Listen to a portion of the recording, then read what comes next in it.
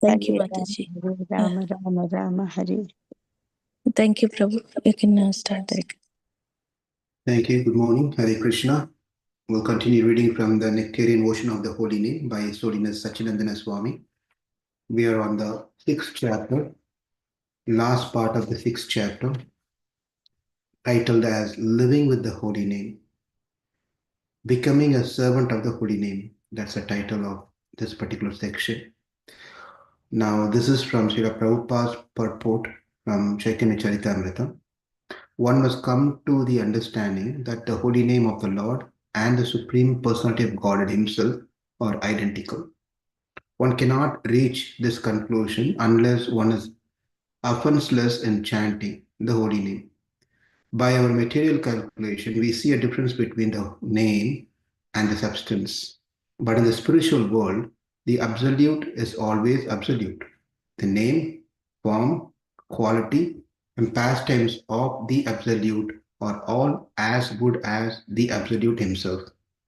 As such, one is understood to be an eternal servant of the Supreme Personality of Godhead if he considers himself an eternal servant of the Holy Name, and in this spirit distributes the Holy Name to the world. One who chants in that spirit without offenses is certainly elevated to the platform of understanding that the Holy Name and the personality of Godhead are identical. The Holy Name becomes manifest when one engages in the service of the Holy Name. The service is a submissive attitude, begins with one's tongue. Sevan mukhehi jivadho. One must engage his tongue in the service of the Holy Name. Our Krishna consciousness movement is based on this principle. We try to engage all the members of the Krishna conscious movement in the service of the Holy Name. That ends the purport. Here, Srila Prabhupada underlines two ways how to serve the Holy Name. Number one, with the tongue by chanting.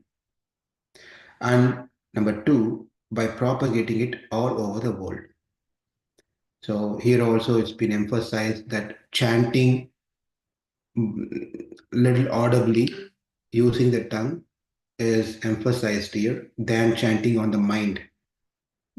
Even though mind is also good, that's one way of chanting, but here the emphasis is using the tongue in chanting and using the tongue to propagate the chanting to the world. Others. Let me continue to the next section. Results of giving up chanting. Results of giving up chanting.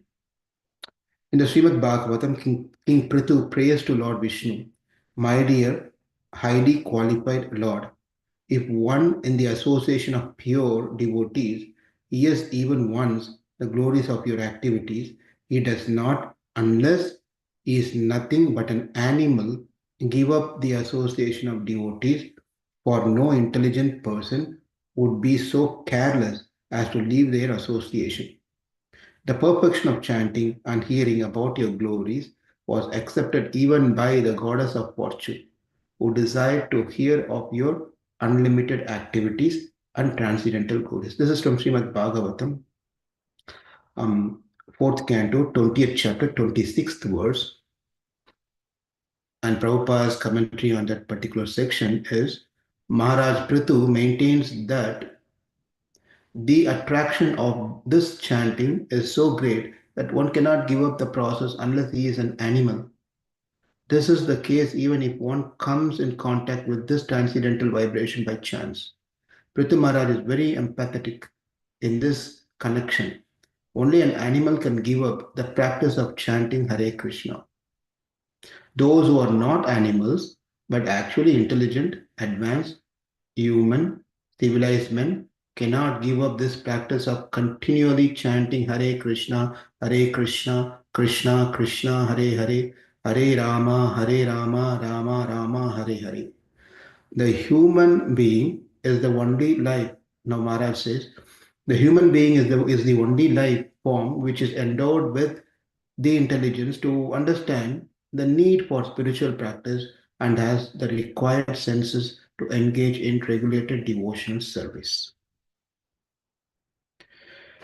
So, the point is that even if you're not able to follow certain things in our Krishna consciousness, two things we should never give up. The message, the gist of this particular section, two things that we should never give up is number one is the association of devotees. Number two is chanting. Don't be. I'm not able to chant attentively. I'm not able to chant as has been told in this book. But nevertheless, do not stop chanting. Do not stop the association of the devotees. Those two important things we should never give up at any cost. That's the important point.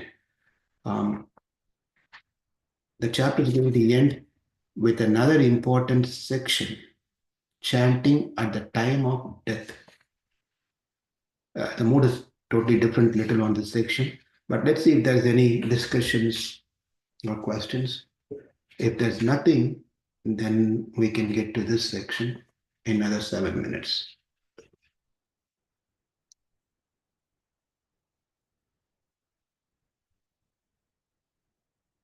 Okay, let's read this one. This is chanting at the time of death. This is only for those who are going to die eventually. So if anyone feels this section not related, they can drop from this call. There is an important prayer to Lord Vishnu by the priests in Maharaj Nabi's sacrificial arena. This is again from the Srimad Bhagavatam, 5th canto, 3rd chapter, 12th sloka.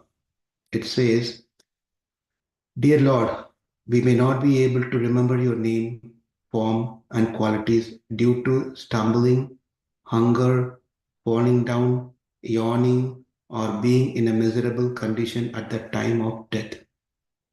When there is a high fever, is a continual sentence, when there is a high fever. We therefore pray unto you, O Lord, for you are very affectionate to your devotees. Please help us to remember you and utter your holy names, attributes, and activities, which can dispel all the reactions or our sinful lives. So, this is 45312 sloka. You can refer to it and meditate upon this. Now, Prabhupada says in his purport for this, the real success in life is ante Narayana Smriti, ante Narayana Smriti, remembering the holy name, attribute, activities, and form of the Lord at the time of death. Although we may be engaged in the Lord's devotional service in the temple, material conditions are so tough and inevitable that we may forget the Lord at the time of death due to a disease condition or mental derangement. Therefore, we should pray to the Lord to be able to remember His lotus feet without fail at the time of death when we are in such a precarious condition. That is Prabhupada's words. Now Maharaj continues to chant at the time of death. However, is very difficult because one is extremely disturbed and cannot concentrate his thoughts deliberately. They just come like an uncontrollable stream. Very easily, one might become so overwhelmed that he loses the power to speak. Therefore, we have to prepare ourselves now.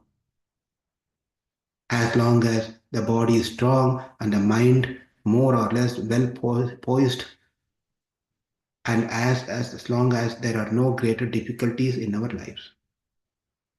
What can be done? Asked Chanakya Pandita. If one is on the brink of death, that's a question asked, indicating that one should be prepared by then.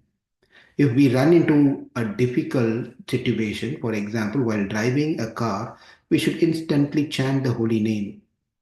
If suddenly a thought incompatible with devotional service enters the mind, one should immediately chant Hare Krishna.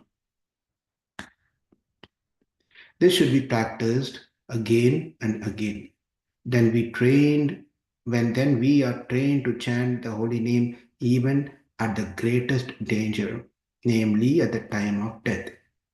One who chants last paragraph, one who chants the holy name in a helpless state instantaneously attracts the blessings and the help of the Supreme Personality of Godhead, Sri Krishna. If one succeeds in doing this at the time of death, Lord Krishna will deliver him from the painful cycle of birth and death by bringing him back to his own abode in the spiritual world. Hare Krishna.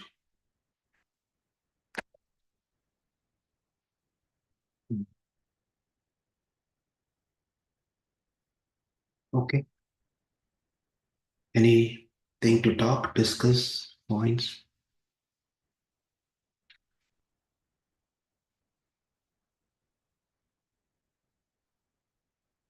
It's a challenge. Two things that we get really disturbed.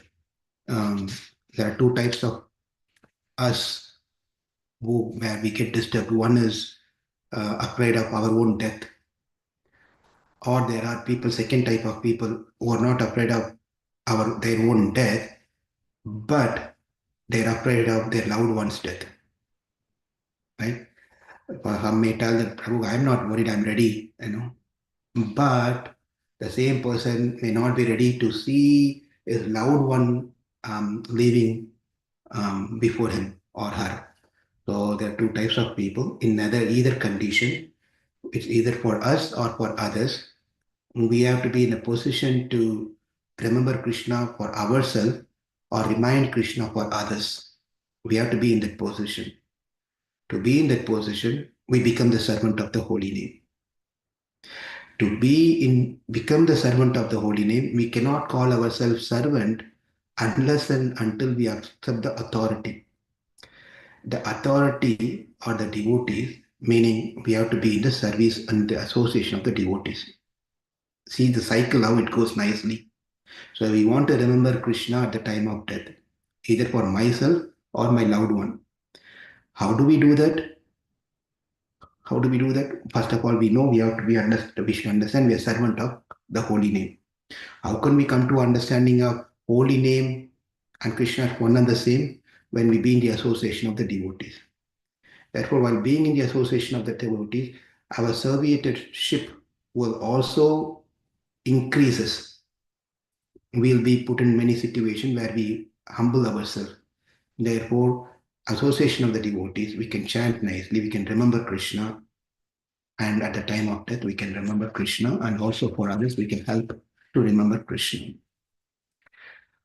On these lines, before I open up for any discussion, I'm thinking if time permits this weekend, I would like to speak something on the Charma Sloka.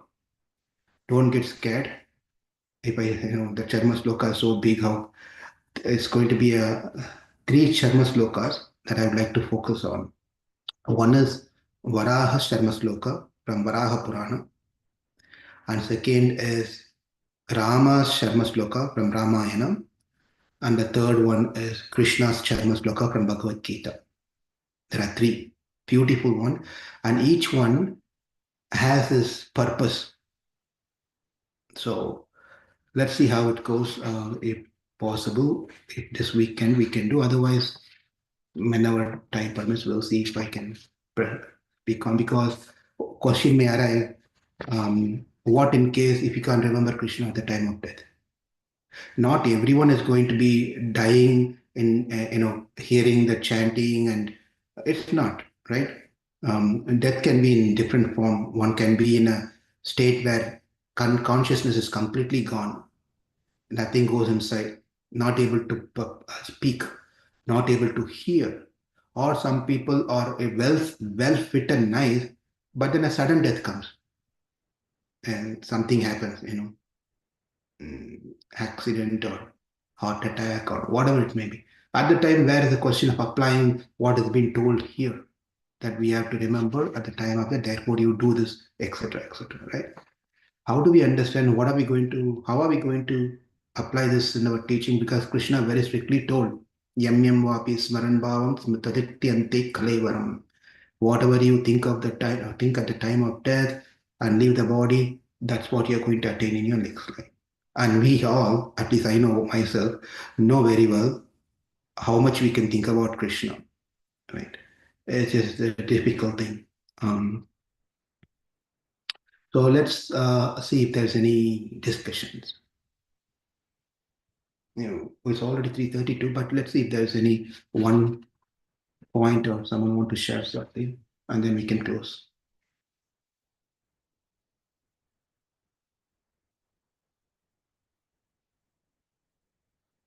Okay. Thank you all very much for joining this morning. We, by grace of Krishna and Maharaj, Sachinandana Swami, we were able to finish 6 chapters. The next chapter is titled as Frequent Questions Concerning Chanting. And a lot of nice questions are there.